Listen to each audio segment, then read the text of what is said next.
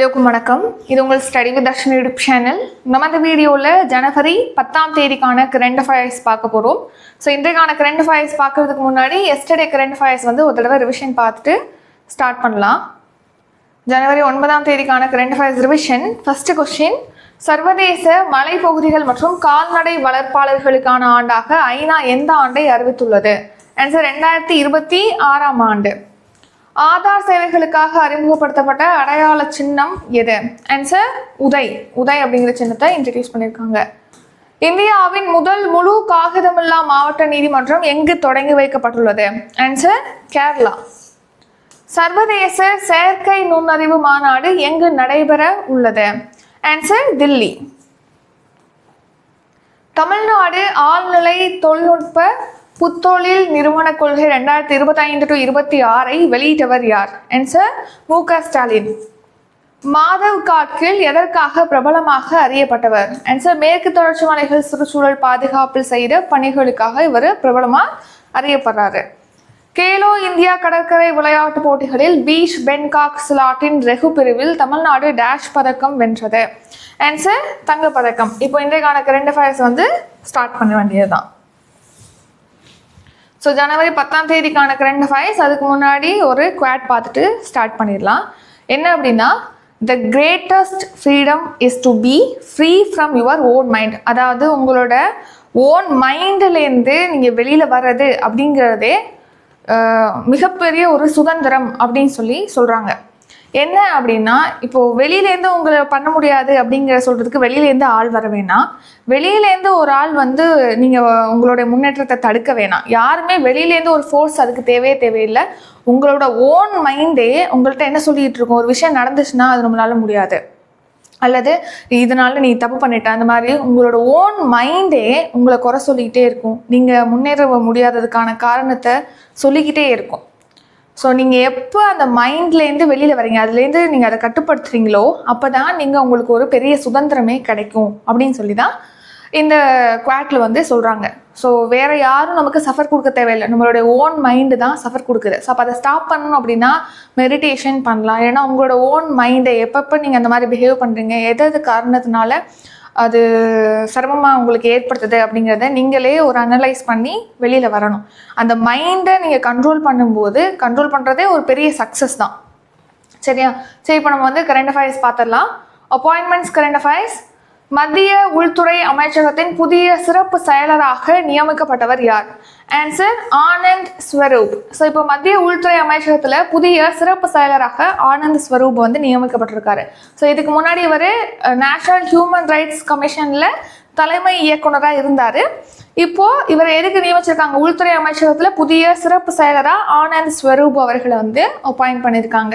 அப்போ இவர் NHRCயுடைய தலைமை இயக்குனராக இருந்த அந்த பொறுப்பு அப்படிங்கிறது காலியாகுது இல்லையா? அந்த பொறுப்புக்கு நிலேகர் சந்திரா என்பவங்களை அப்பாயிண்ட் பண்ணியிருக்காங்க. இந்த நிலேகர் சந்திரா என்பவங்க சசஸ்திர சீமாபல் சிறப்பு தலைமை இயக்குனராக இருக்காங்க. இப்போ மனித உரிமைகள் ஆணையத்துடைய தலைமை இயக்குனராக அப்பாயிண்ட் பண்ணுறதுக்கு இப்போ ஒப்புதல் வழங்கியிருக்காங்க நியமன குழு. இந்த நீலகர் சந்திரா என்பவர் 1994ஆம் ஆண்டு பிரிவை சேர்ந்த IAS ஆஃபீஸர். அடுத்து இப்போ மத்திய உள்துறை அமைச்சகத்தில் புதிய சிறப்பு செயலர் அப்பாயிண்ட் பண்ணியிருக்காங்களே ஆனந்த் ஸ்வரூப், இவர் 1992ஆம் ஆண்டு பிரிவை சேர்ந்த உத்தரப்பிரதேச பிரிவை சேர்ந்த IPS ஆஃபீஸர். இவருடைய பதவிக்காலம் 2029 ஆகஸ்ட் 31ஆம் தேதி வரைக்கும் இந்த மத்திய உள்துறை அமைச்சகத்துடைய சிறப்பு செயலராக பொறுப்பில் இருப்பார். Awards and recognition. 2026 ஆஸ்கர் விருது விழாவின் எத்தனையாவது பதிப்பு நடைபெற உள்ளது? ஆன்சர் 98வது பதிப்பு. ஸோ திரைப்பட துறையில் பார்த்தீங்கன்னா உலக அளவில் வழங்கக்கூடிய ஒரு மிகப்பெரிய விருது தான் இந்த ஆஸ்கர் விருது அப்படிங்கிறது பார்க்குறோம். ஒரு வருஷமும் கொடுத்துட்டு வராங்க. இந்த வருஷம் 98வது ஆஸ்கர் விருது வழங்கும் விழாவானது அமெரிக்காவில் லாஸ் ஏஞ்சல்ஸில் நடக்க போகுது.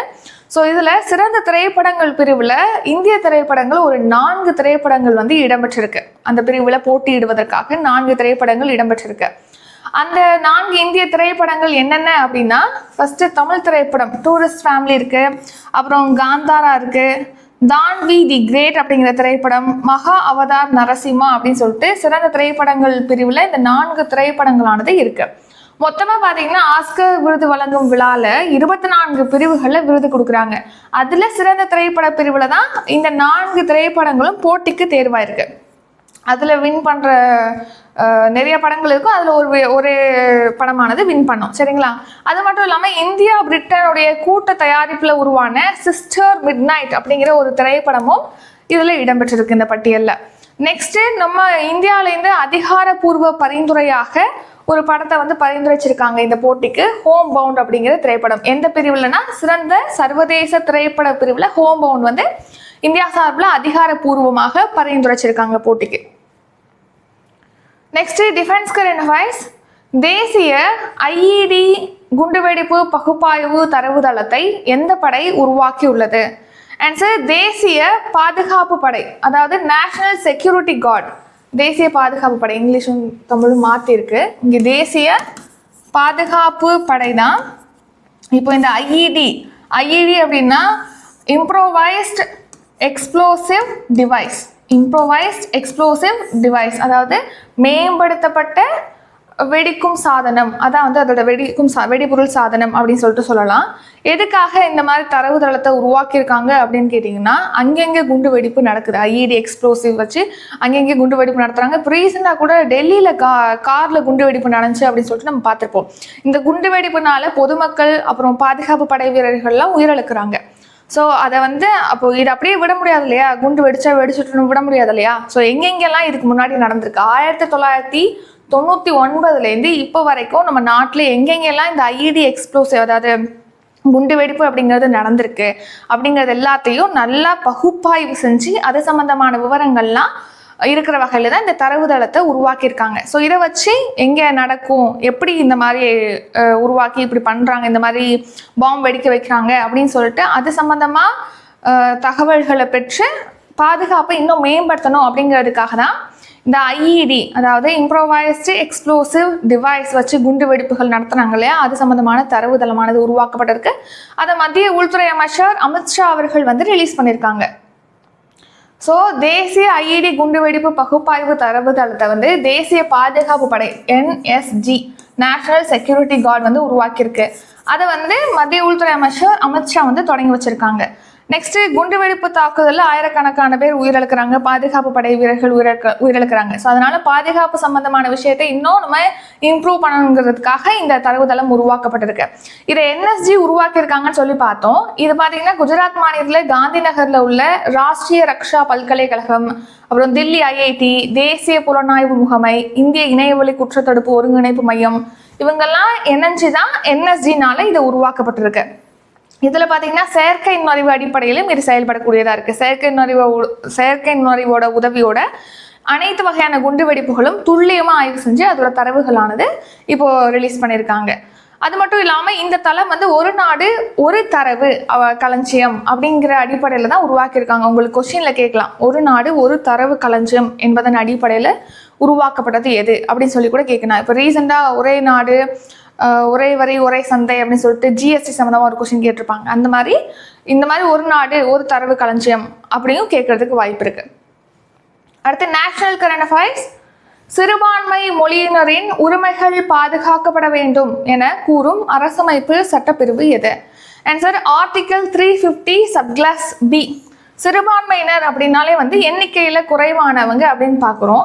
அதுவே சிறுபான்மையினர் மொழியினர் அப்படின்னு பார்த்தோம்னா மெஜாரிட்டியாக வந்து நிறையா மொழி பேசுகிறவங்க இருக்காங்க. தமிழ் அதிகமாக பேசுகிறோம், ஹிந்தி அதிகமாக பேசுகிறோம். அந்த மாதிரி இல்லாமல் ரொம்பவே கம்மியான பேர் தான் அந்த மொழியை பேசுகிறாங்க அப்படின்னா அது சிறுபான்மையினர் மொழி அப்படின்னு சொல்லுவோம்.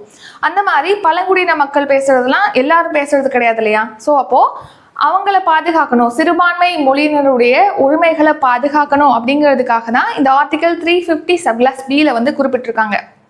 இப்போ ஏன் இதை பற்றி பார்க்குறோன்னா, இப்போ கேரளாவில் ஒரு மசோதா கொண்டு வந்திருக்காங்க. கேரளாவுடைய ஆளுநருக்கு அதை ஒப்புதல் அளிக்கிறதுக்காகவும் நிறைவேற்றி அனுப்பி வச்சுட்டாங்க. என்ன மசோதா அப்படின்னா, கேரளாவில் கட்டாயமாக மலையாள மொழியை வந்து கற்பிக்கணும் அப்படிங்கிற ஒரு மசோதாவை கொண்டு வந்திருக்காங்க. இந்த மசோதா சரி கேரளாவில் மலையாளம் அதிகமாக தானே ஸ்பீக் பண்ணுவாங்க, பேசுவாங்க, அப்போ அது இருக்கட்டுமே, ஏன் வந்து இதை பற்றி நம்ம பார்க்கணும் அப்படின்னு கேட்டிங்கன்னா, கேரளாவில் கர்நாடக எல்லையில பகிர்ந்து கொள்ளக்கூடிய காசர்கோடு அப்படிங்கிற பகுதியில் மக்கள் இருக்காங்க இல்லையா, லட்சக்கணக்கானவங்க அங்கே வந்து என்ன மொழி பேசுறாங்கன்னா கன்னட மொழி தான் பேசுறாங்க. அப்போ கேரளாவில் பார்க்கும்போது அந்த இடத்துல பேசுகிற கன்னட மொழிக்காரங்க அப்படிங்கிறவங்க சிறுபான்மையினராக இருக்காங்க. ஸோ அவங்கள பாதுகாக்கிறதுக்காக தான் இந்த ஆர்டிகல் 350 சப்கிளாஸ் பி அப்படிங்கிறது இருக்கு. ஸோ இது வரக்கூடாது அப்படின்னு சொல்லிட்டு இந்த ஆர்டிக்கலை மென்ஷன் பண்ணி பேசியிருப்பாங்க. அதனால தான் இதை பற்றி பார்க்குறோம். அடுத்து தமிழ்நாடு கரண்ட் அஃபேர்ஸ். தமிழகத்தில் எத்தனை சதவீத நிலப்பரப்பு வனப்பகுதிகளாக மாற்றப்பட்டுள்ளது? ஆன்சர் 24.47%. அதாவது நம்ம நாட்டில் பார்த்தீங்கன்னா வனப்பரப்புங்கிறது ஒரு 33% இருக்கணும்னு சொல்லிட்டு தேசிய வனக்கொள்கையில் வந்து தெரிவிச்சிருக்காங்க. அப்போ ஒவ்வொரு ஸ்டேட்லேயுமே 33 வந்துச்சு அப்படின்னா நம்ம நாட்டுக்கு சராசரியாக 33 வந்துடும், அப்படி தானே? ஸோ நம்ம தமிழ்நாட்டில் அந்த மாதிரி 33% வனப்பரப்பை கொண்டு வரணும் அப்படிங்கிறதுக்காக பசுமை தமிழ்நாடு அப்படிங்கிற ஒரு திட்டமானது தொடங்கியிருப்பாங்க. இந்த ஸ்கீம் படி 2030க்குள்ள 33% அந்த கிரீன் கவர், அதாவது பசுமை பரப்பை வந்து இன்க்ரீஸ் பண்ணணும் டார்கெட் வச்சுருக்காங்க. அப்படின்னா என்ன? அதிகமான மரங்கள் காடுகளுடைய பரப்பளவை இன்க்ரீஸ் பண்ணுறது. ஸோ இப்போது தமிழ்நாட்டில் அதன்படி நிலப்பரப்பில் அந்த வனப்பரப்போட பர்சன்டேஜ் அப்படிங்கிறது 24.47% இன்க்ரீஸ் ஆயிருக்கு அப்படின்னு சொல்லியிருக்காங்க.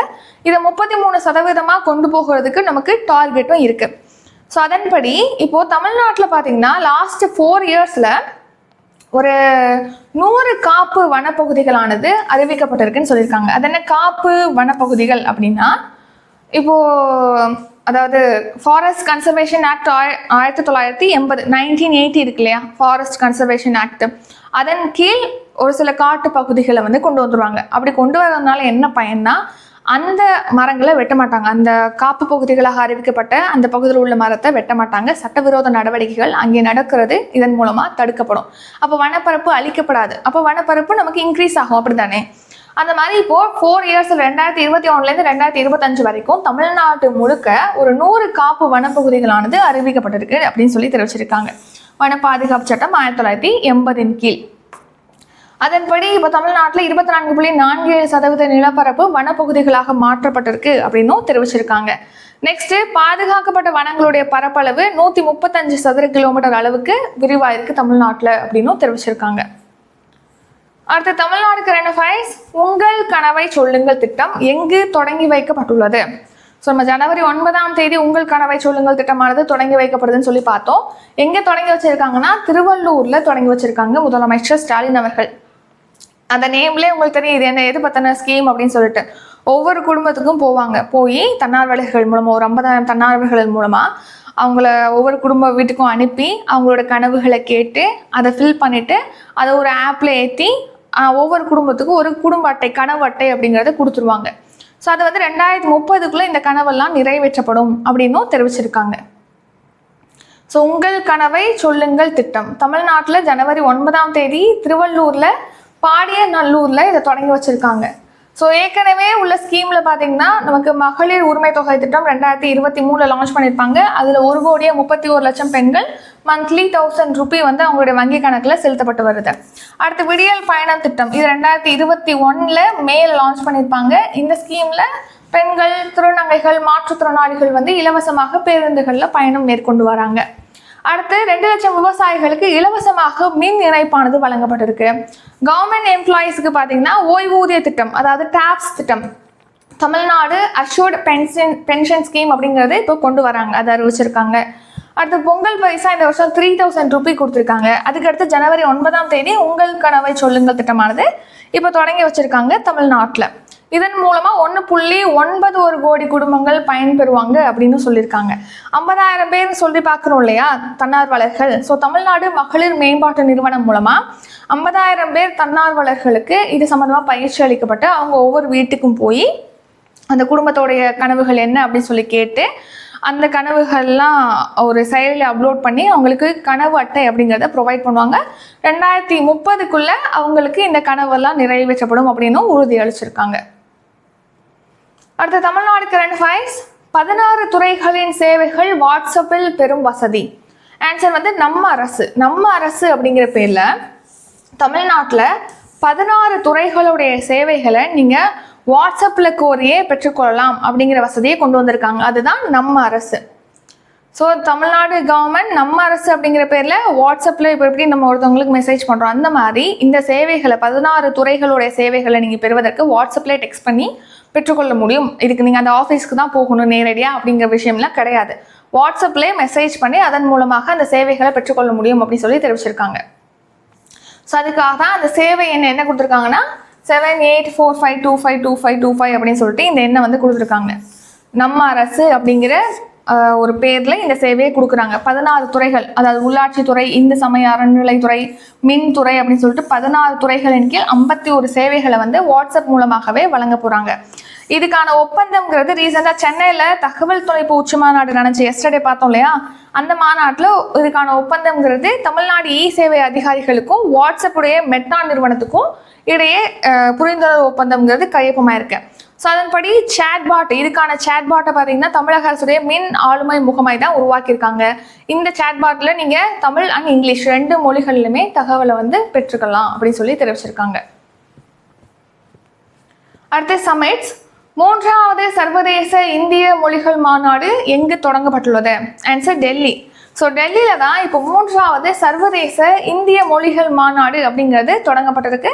இதை வந்து துணை குடியரசுத் தலைவர் சிபி ராதாகிருஷ்ணன் அவர்கள் வந்து தொடங்கி வச்சிருக்காங்க. சரி, இப்போ இந்திய அரசியலமைப்பில் பார்த்தீங்கன்னா 8வது அட்டவணையில் ஒரு 22 மொழிகள் அங்கீகரிக்கப்பட்ட மொழிகள் இருக்குது அப்படின்னு சொல்லி நம்ம பார்த்துருப்போம். அதே மாதிரி இந்திய மொழிகளுக்கான மாநாடு, சர்வதேச மாநாடு டெல்லியில் நடைபெற்றது. அதில் பேசினப்ப சிபி ராதாகிருஷ்ணன் அவர்கள் என்ன முக்கியமாக சொல்லியிருப்பாங்கன்னா, இந்திய அரசமைப்பு சட்டம், அதாவது இந்தியன் கான்ஸ்டிடியூஷன் இருக்கு இல்லையா, அது சந்தாலி மொழியில் மொழிபெயர்க்கப்பட்டு அந்த சந்தாலி மொழி பிரதி அப்படிங்கிறதானது இப்போ ரீசெண்டாக குடியரசுத் தலைவர் திரௌபதி முர்மு அவர்களால் ரிலீஸ் பண்ணப்பட்டிருக்கு அப்படின்னு சொல்லியிருக்காங்க. சந்தாலிங்கிறது பழங்குடியினர் பேசக்கூடிய ஒரு மொழி. அடுத்து புக்ஸ் அண்ட் ஆத்தர்ஸ். அக்னி சரசுலோ விகச்சின்ன கமலம் திரௌபதி முர்மு எனும் தலைப்பிலான புத்தகத்தை எழுதியவர் யார்? ஆன்சர் யார்லகட்டா லக்ஷ்மி பிரசாத் என்பவங்க தான் அக்னி சரசுலோ விகச்சின்ன கமலம் திரௌபதி முர்மு அப்படிங்கிற தலைப்பில் ஒரு புத்தகத்தை எழுதியிருக்காங்க. அதாவது ஒரு பழங்குடியின பெண்ணாக பிறந்து இப்போ ஒரு குடியரசுத் தலைவர் வரைக்கும் அவங்க உயர்ந்திருக்காங்க இல்லையா, ஸோ அதை பற்றி தான் இந்த புத்தகத்தில் எழுதியிருக்காங்க. அக்னி சரசுலோ விகச்சின்ன கமலம் அப்படிங்கிற தலைப்பில். இதோட மீனிங் என்னன்னா, கரியோட நெருப்புலேருந்து, அந்த நெருப்பு கரியிலேருந்து பூத்த தாமரை, அதான் அதோட மீனிங் சொல்கிறாங்க. இந்த புத்தகத்தை எழுதின யார்லகட்டா லட்சுமி பிரசாத் என்பவங்க முன்னாள் நாடாளுமன்ற உறுப்பினர், அதாவது முன்னாடி எம்பி இருந்திருக்காங்க. அடுத்து விஸ்வ ஹிந்தி பரிஷத் தலைவராக இருக்காங்க. குடியரசுத் தலைவர் திரௌபதி முர்மு அவர்கள் பற்றி தான் எழுதியிருக்காங்க. பழங்குடியினராக இருந்து இப்போ குடியரசுத் தலைவர் வரைக்கும் அவங்க முன்னேறி இருக்காங்க. அந்த வாழ்க்கை பயணமானது இதில் பயோகிராஃபியாக எழுதியிருக்காங்க. விசாகப்பட்டினத்தில் ஆந்திர பல்கலைக்கழகத்தில் தான் இதை வந்து ரிலீஸ் பண்ணியிருக்காங்க. இதை யார் ரிலீஸ் பண்ணியிருக்காங்கன்னா, பெண் துப்புரவு பணியாளரான லக்ஷ்மம்மா என்பவங்க தான் இந்த புத்தகத்தை ரிலீஸ் பண்ணியிருக்காங்க. Next sports current affairs. Khelo India beach volleyball போட்டியில் தீபிகா பவித்ரா அடங்கிய மகளிர் அணி டேஷ் பதக்கம் வென்றது. ஆன்சர் தங்கப்பதக்கம். இப்போ கேலோ இந்தியா பீச் கேம்ஸ் 2026 அப்படிங்கிறது டையூவில் கோக்லா பீச்சில் நடக்குதுன்னு சொல்லி பார்த்துருப்போம். அதில் பார்த்தீங்கன்னா நம்ம தமிழகத்தை சேர்ந்தவங்க யார் யார் வின் பண்ணிட்டு இருக்காங்க அப்படின்னு சொல்லிட்டு நம்ம பார்த்துக்கிட்டு இருக்கோம். ஸோ அந்த வரிசையில் இப்போ வாலிபாலில் பார்த்தீங்கன்னா மகளிர் அணிகள் பிரிவு, அதாவது தீபிகா பவித்ரா தமிழக வீராங்கனைகள் அடங்கிய அணியானது தங்கம் வின் பண்ணியிருக்காங்க. ஆடவர் அணிகள் பிரிவில் பரத் ராஜேஷ் வெள்ளி பதக்கம், மகளிர் அணிகள் பிரிவில் தர்ஷினா சுவாதி இவங்க வந்து வெண்கல பதக்கம் வின் பண்ணியிருக்காங்க. அடுத்து இந்த வருஷம் ஏப்ரலில் ஆசிய பீச் கேம்ஸ் அப்படிங்கிறது சீனாவில் நடக்க போது, அதுலேயுமே தமிழ்நாட்டிலேருந்து தேர்வாக இருக்காங்க. ஆடவர் அணிகளில் 2 பேரும், மகளிர் பிரிவில் 1 பேரும் தமிழ்நாட்டிலேருந்து தேர்வாக இருக்காங்க பார்ட்டிசிபேட் பண்ணுறதுக்கு. அடுத்து ஷார்ட் நியூஸ். உத்தரப்பிரதேச பாதுகாப்பு தளவாட உற்பத்தி வழித்தடத்துடைய 6 மையங்களில் 34,000 கோடிக்கும் அதிகமாக முதலீடுகள் மேற்கொள்ளப்பட்டிருக்கு அப்படின்னு சொல்லிட்டு டிஃபென்ஸ் மினிஸ்டர் ராஜ்நாத் சிங் அவர்கள் வந்து தெரிவிச்சிருக்காங்க. இப்போ இன்றைக்கான கரண்ட் அஃபேர்ஸ் பார்க்கலாம். இப்போது குரூப் 1 டெஸ்ட் பேட்ச் வந்து ஸ்டார்ட் ஆகுது, குரூப் 4 பேட்ச் வந்து ஸ்டார்ட் ஆகுது, மேக்ஸ் பேட்ச். இந்த அப்கமிங் டெஸ்ட் பேட்ச் பற்றி டீட்டெயிலாக டிஸ்கிரிப்ஷனில் இருக்குது, செக் பண்ணி பார்த்துக்கோங்க. இப்போ நம்ம ஃபாஸ்ட்டாக ரிவிஷன் பார்த்துடலாம். ஃபர்ஸ்ட் கொஸ்டின், மத்திய உள்துறை அமைச்சகத்தின் புதிய சிறப்பு செயலராக நியமிக்கப்பட்டவர் யார்? ஆன்சர் ஆனந்த் ஸ்வரூப். 2026 ஆஸ்கர் விருது விழாவின் எத்தனையாவது பதிப்பு நடைபெற உள்ளது? 98வது எடிஷன். தேசிய ஐஇடி குண்டுவெடிப்பு பகுப்பாய்வு தரவுதளத்தை எந்த படை உருவாக்கி உள்ளது? ஆன்சர் தேசிய பாதுகாப்பு படை. இது ரெண்டு வரும். தேசிய பாதுகாப்பு படை, நேஷனல் செக்யூரிட்டி கார்டு. சிறுபான்மை மொழியினரின் உரிமைகள் பாதுகாக்கப்பட வேண்டும் என கூறும் அரசமைப்பு சட்டப்பிரிவு எது? Answer article 350 subclause B. தமிழகத்தில் எத்தனை சதவீத நிலப்பரப்பு வனப்பகுதிகளாக மாற்றப்பட்டுள்ளது? 24.47%. உங்கள் கனவை சொல்லுங்கள் திட்டம் எங்கு தொடங்கி வைக்கப்பட்டுள்ளது? ஆன்சர் திருவள்ளூர். 16 துறைகளின் சேவைகள் வாட்ஸ்அப்பில் பெறும் வசதி டேஷ். ஆன்சர் நம்ம அரசு. 3வது சர்வதேச இந்திய மொழிகள் மாநாடு எங்கு தொடங்கப்பட்டுள்ளது? ஆன்சர் டெல்லி. அக்னி சரசுலோ விகசிஞ்சின கமலம் திரௌபதி முர்மு எனும் புத்தகத்தினை எழுதியவர் யார்? Answer Yarlagadda Lakshmi Prasad. Khelo India beach volleyball போட்டியில் தீபிகா பவித்ரா அடங்கிய மகளிர் அணி டேஷ் பதக்கம் வென்றது? ஆன்சர் தங்கப்பதக்கம். ஸோ இத்துடன் இன்றைக்கான கரண்ட் அஃபேர்ஸ் வீடியோ நிறைவடைகிறது. இந்த வீடியோ உங்களுக்கு பிடிச்சிருந்தா லைக் பண்ணுங்கள், ஷேர் பண்ணுங்கள். நம்ம சேனலில் நீங்கள் இன்னும் சப்ஸ்கிரைப் பண்ணலன்னா மறக்காமல் சப்ஸ்கிரைப் பண்ணிக்கோங்க. நன்றி, வணக்கம்.